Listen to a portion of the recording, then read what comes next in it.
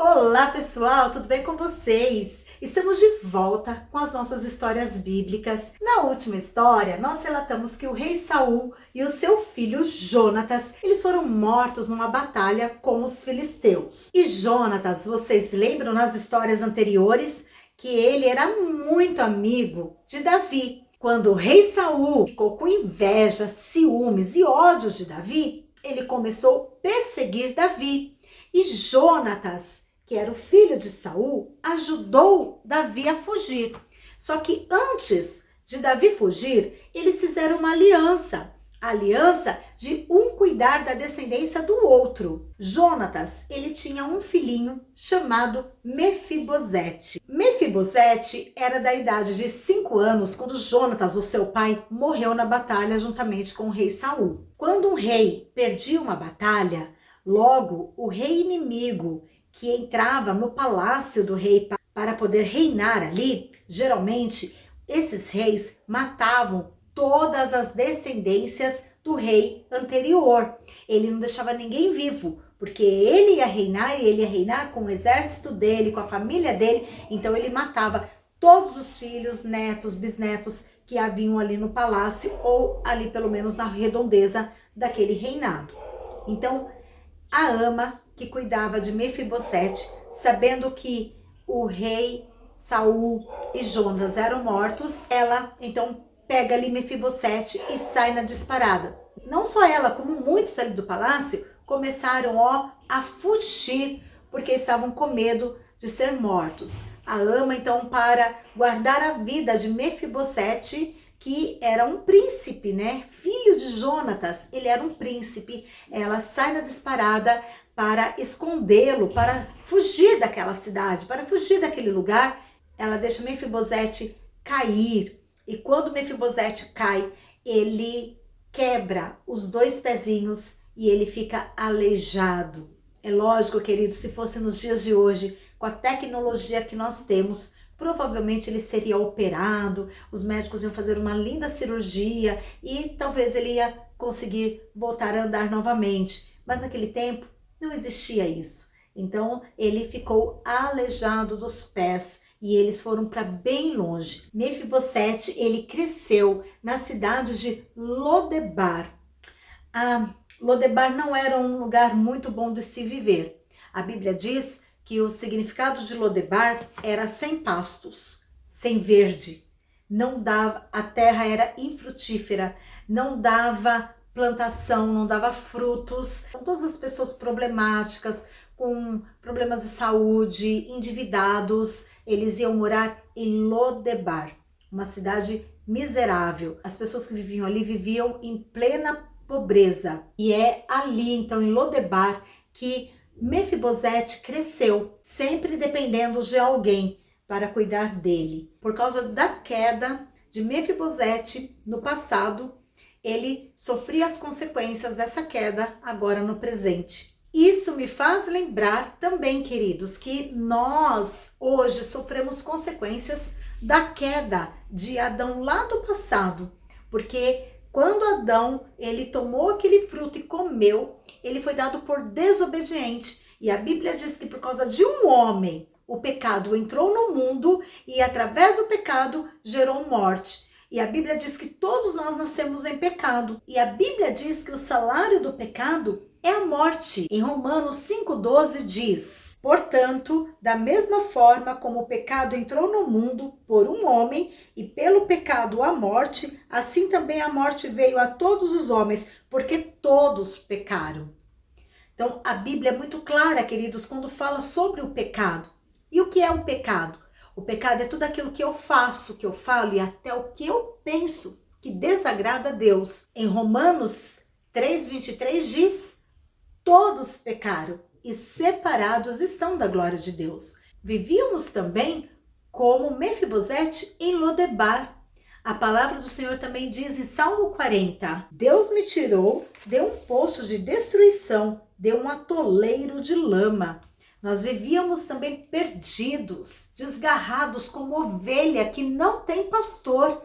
Mefibosete não sabia da aliança que o seu pai Jonatas havia feito com o rei Davi, cuidarem da descendência um do outro. Assim como Mefibosete não conhecia a aliança entre o seu pai e Davi, existem muitos hoje que também não conhecem a aliança que Deus fez para com o homem através de Jesus Cristo. Sim, temos também uma aliança para nós sermos resgatados do pecado. Em Lucas 22:20, Jesus dizendo: este cálice é a nova aliança no meu sangue, derramado em favor de vós. Deus, queridos, fez uma aliança conosco através do Senhor Jesus. A Bíblia diz que Deus enviou o Senhor Jesus, o seu único e perfeito Filho, para vir ao mundo. Jesus veio ao mundo, nasceu igual você nasceu da mamãe. Ele veio ao mundo com uma missão. E essa missão, queridos, era a nova aliança, era realmente unir o homem a Deus novamente. Porque como o pecado nos separou de Deus, Jesus, ele é o mediador entre o homem e Deus. Através da cruz do Calvário, quando ali ele morreu e derramou o seu sangue, ele diz que o sangue dele derramado era a nova aliança entre Deus e o homem, porque ele foi o Cordeiro perfeito, aquele que não tinha pecado algum, morreu por nós. Por quê? Porque Deus nos amou e através do amor de Deus, ele enviou Jesus Cristo para morrer por nós na cruz do Calvário. A palavra do Senhor diz que o Senhor Jesus, ele não ficou morto. Ao terceiro dia, o Senhor Jesus, ele ressuscitou e ele está à direita do Pai, intercedendo por mim e por você. Com a morte do rei Saul, Davi, ele conseguiu vencer os filisteus e ele começou a reinar sobre Israel. Ele reinou ali por 40 anos e ele conseguiu dar paz para Israel, porque a Bíblia diz que Davi, ele vencia todas as batalhas porque Deus era com ele. Então, um dia no seu palácio, Davi estava pensando e ele lembrou da aliança que ele fez com Jonatas. E ele pensou, será que não sobrou mesmo ninguém da casa de Jonatas para que use de bondade para com ela? E aí ele ficou sabendo que existia um servo do rei Saul chamado Ziba. E ele mandou chamar Ziba para uma conversa. Ziba se aproximando, o rei Davi falou se realmente não tinha sobrado ninguém da casa de Saul. Porque Ziba, ele era servo do rei Saul. Como não existia ninguém mais para cuidar dos bens do rei Saul, Ziba estava muito bem, sim. A Bíblia diz que Ziba tinha 15 filhos e 20 empregados. Para quem era servo do rei Saul, ele estava muito bem, vocês não acham? Porque a Bíblia não dá detalhes, mas acredito que Ziba tomava conta dos bens de Saul. E ali então, quando o rei Davi pergunta para ele, ele diz, sim, tem um filho de Jonatas aleijado que vive lá em Lodebar. E o rei Davi, ao saber então de Mefibosete morando em Lodebar, ele pede então que busquem Mefibosete lá em Lodebar. Fico imaginando a carruagem do rei chegando em Lodebar, os olhares, as pessoas assustadas, porque todos que moravam em Lodebar eram um pessoal esquecido, ninguém ligava para eles, eles não tinham apoio, eles não tinham ajuda. Mas de repente a carruagem do rei chega, a carruagem do rei entra em Lodebar. Vocês conseguem imaginar comigo o rosto assustado das pessoas? O que a carruagem do rei está fazendo aqui? Será que eles vieram aqui para condenar alguém? Será que vieram para matar alguém? Mas não, a carruagem do rei chegou, queridos, para honrar alguém. E eu quero dizer para você que a carruagem do rei também vai chegar aonde você está para te honrar. Porque se existe alguém que sabe aonde você está e se preocupa com você, esse alguém é Deus. Ele sabe exatamente como está o seu coração. Ele sabe exatamente como está a sua vida. E ele manda a carruagem te buscar. A carruagem do rei, queridos, significa exaltação. Ele entra em Lodebar para tirar Mefibosete da lama, para tirar Mefibosete da pobreza. Ele entra em Lodebar para exaltar Mefibosete, o aleijado, aquele que ninguém mais olhava por ele. Ah, queridos, a carruagem do rei está chegando e ela vai alcançar você aonde está. Muitos vão chegar e dizer: como assim? Como ele conseguiu? Vão crescer o olho e dizer: não é possível. Mas sim, queridos, nada é impossível para o nosso rei, o Rei dos Reis. Em Lucas 19:10 diz que Jesus, ele veio buscar aquele que estava perdido. Então Jesus, ele nos encontra. A palavra do Senhor também diz que não foi nós que o escolhemos, ele escolheu a nós. Ai, que coisa mais linda é servir esse Deus Todo-Poderoso. Um Deus que nos ama, um Deus cheio de compaixão, um Deus cheio de amor, cheio de cuidados. E é isso, queridos, o que essa carruagem significa. Essa carruagem significa amor, significa cuidado, significa proteção. Quando o Senhor Jesus nos alcança, a paz dentro das nossas vidas.